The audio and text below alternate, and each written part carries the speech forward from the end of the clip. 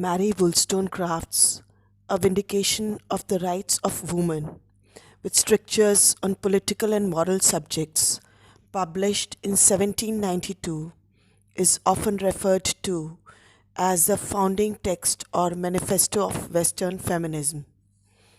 In it, she responds to those educational and political theorists of the 18th century who believed that women should not receive a rational education. She argues that women's education ought to match their position in society and that they are essential to the nation because they raise its children and could act as respected companions to their husbands. Wollstonecraft maintains that women are human beings, deserving of the same fundamental rights as men, and that treating them as mere ornaments or property for men undercuts the moral foundation of society.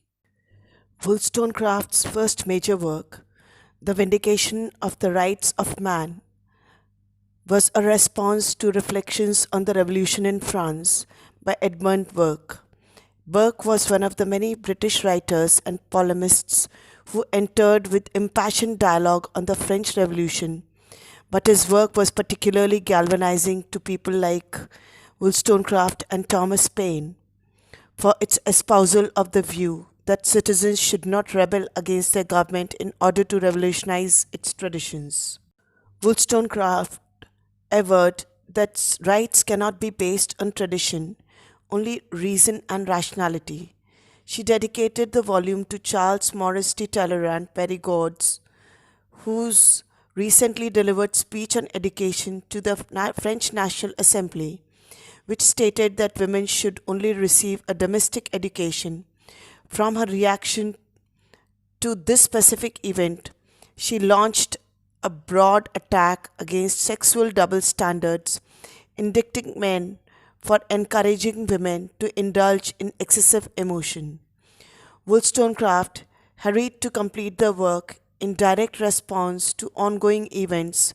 She intended to write a more thoughtful second volume, but died before completing it. Although it is commonly assumed that the rights of women was unfavorably received, this is a modern misconception based on the belief that she was as reviled during her lifetime as she became after the publication of William Godwin's Memoirs of the Author of A Vindication of the Rights of Women. The Rights of Women was generally received well when it was first published in 1792. Biographer Emily W. Sunstein called it perhaps the most original book of Wollstonecraft's century.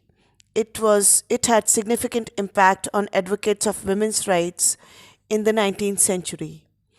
Vindication of the Rights of Women stands on its own as a mainstay in university courses on women's history and feminism, political science, and the history of the 18th century and the Age of Reason. This text has become one of the most influential points of departure in the Western canon. The Rights of Woman is a long essay, almost 87,000 words, that introduces all of its major topics in the opening chapters and then repeatedly returns to them, each time from a different point of view. It also adopts a hybrid tone that combines rational argument with the fervent rhetoric of sensibility. Wollstonecraft did not employ the formal argumentation or logical prose style common to the 18th century philosophical writing. In the 18th century, sensibility was a physical phenomena that came to be attached to a specific set of moral beliefs. By the time Wollstonecraft was writing The Rights of Women, sensibility had already been under sustained attack for a number of years. Sensibility, which had initially promised to draw individuals together through sympathy, was now viewed as profoundly separatist. Novels, plays, and poems that employed the language of sensibility asserted individual rights, sexual freedom, and unconventional familial relationships based upon feeling.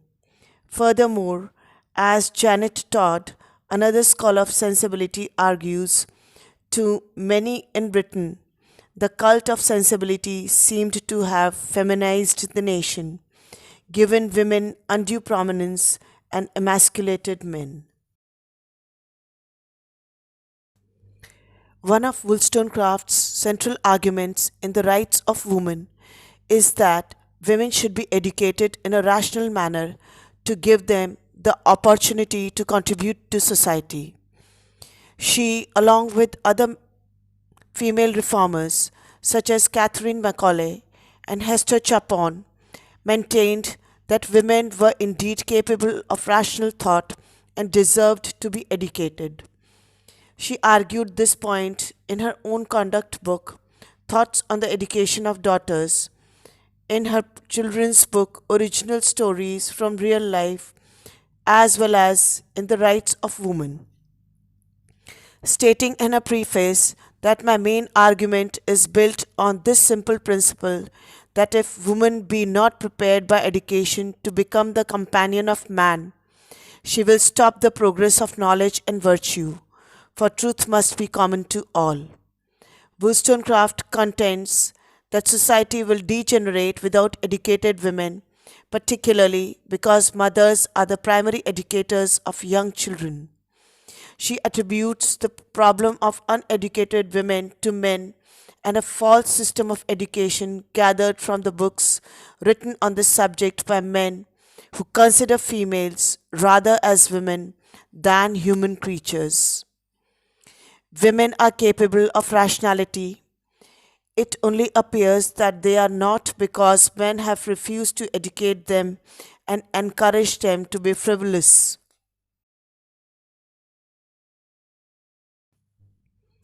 It is debatable to what extent The Rights of Women is a feminist text.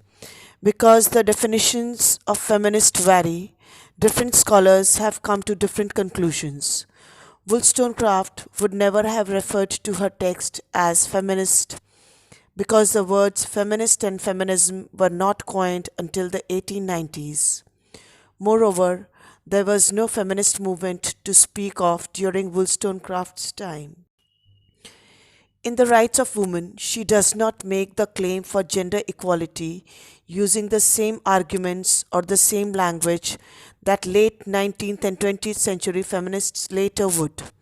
For instance, rather than unequivocally stating that men and women are equal, Wollstonecraft contends that men and women are equal in the eyes of God, which means that they are both subject to the same moral law.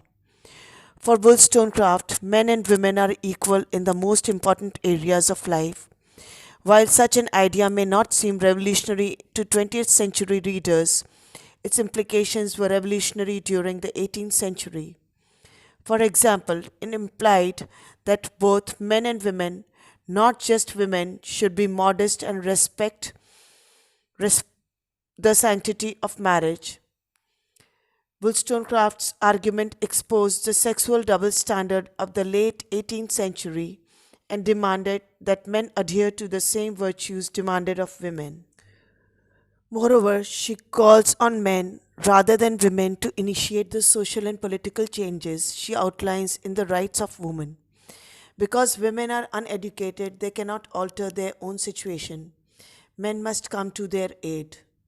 She writes, I entreat them to assist, to emancipate their companion, to make her a helpmeet for them.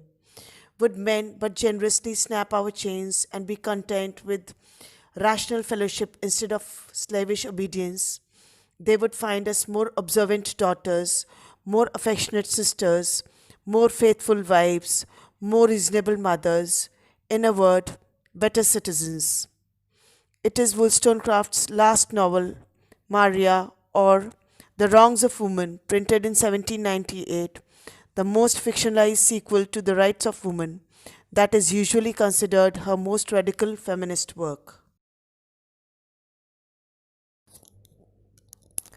One of Wollstonecraft's most scathing criticisms in The Rights of Women is against false and excessive sensibility, particularly in women. She argues that women who succumb to sensibility are blown about by every momentary gust of feeling. Because these women are the prey of their senses, they cannot think rationally. In fact, not only do they harm to themselves, but they also do harm to all of civilization. These are not women who can refine civilization, these are women who will destroy it. But reason and feeling are not independent for Wollstonecraft. Rather, she believes that they should inform each other. For Wollstonecraft, as for the important 18th century philosopher David Hume, the passions underpin all reason. This was a theme that she would return to throughout her career, but particularly in her novels Mary, a Fiction, written in 1788, and Maria, or The Wrongs of Woman.